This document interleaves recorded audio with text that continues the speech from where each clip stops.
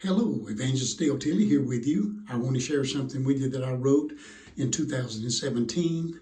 And for years, I preached the Sunday morning service at the Doyle Lawson and Quicksilver Bluegrass Festival church service at the model church service. And then I got to where I couldn't make it. I loved it and I appreciate so much Mr. Lofton, the Brown family, Brown Lofton's family. I appreciate everybody there that's been so good to us through the years. Brother Doyle, Miss Suzanne, and for years we were there. We've seen so many people saved. We had wonderful services there, and I hope they continue to do so. But in 2017, after witnessing the protests going on in America, the unlawful destruction of private properties, the burning of police cars, the burning of police stations, the killing of innocent people by people who were protesting, masking up, and it was just a crying shame to see how America had come to that point. And at that time, I put how I felt on paper, and I want to share it with you because this is for all the patriots of America. Whether you came from another country or not and came legally to this country and are an American citizen, this is for people who love America. And I want to share it with you. It's called, I am proud to be an American and I support the United States of America without apology. I support the United States of America. I love the United States of America. I'm not proud of some of the things that are going on in this country today, but I have been out of this country and was always glad to hear the customs agent in Miami say, "Welcome home," when I returned. If you don't love America, if you don't want to assimilate here, just remember this. This is the land of the free and the home of the brave, and you can leave anytime that you would like to. I support the Constitution of the United States of America, all of it. The power was never meant to be in the hands of the politicians, but in the hands of the people. Remember that Congress works for us. You can come here and live and worship your God the way that you want to.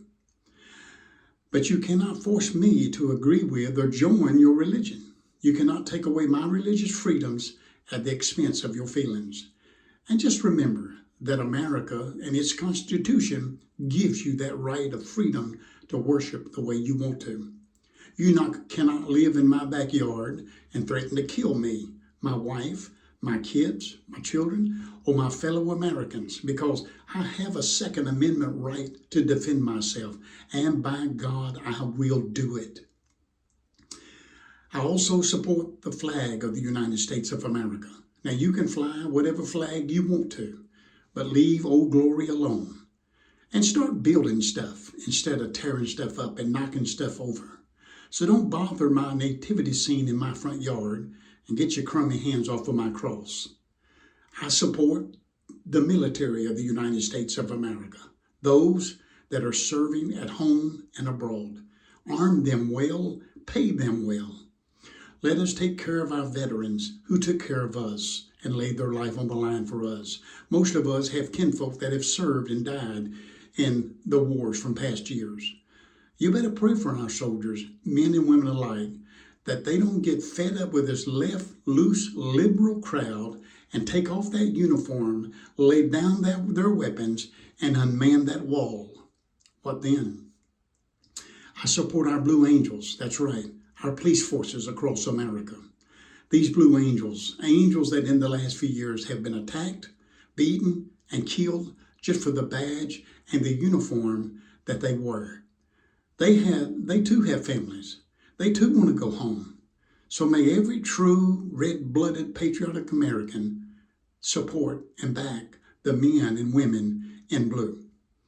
I support our youth, the youth who are finishing school, who are flipping burgers just to help make money at the age of 15, who are preparing for their future, following their dream. They're not out being paid to mask up and protest something they don't even know nothing about. I support our seniors. Seniors are not the problem with America and with our economy. Billions of dollars of the government money goes into government-funded programs for legals and illegals. American money, taxpayer money, I should say. Many break into this country with their hand out and their hand open, given free food, free housing, free medical, free educations, while our senior citizens are working as a door greeter at the local Walmart just to get by.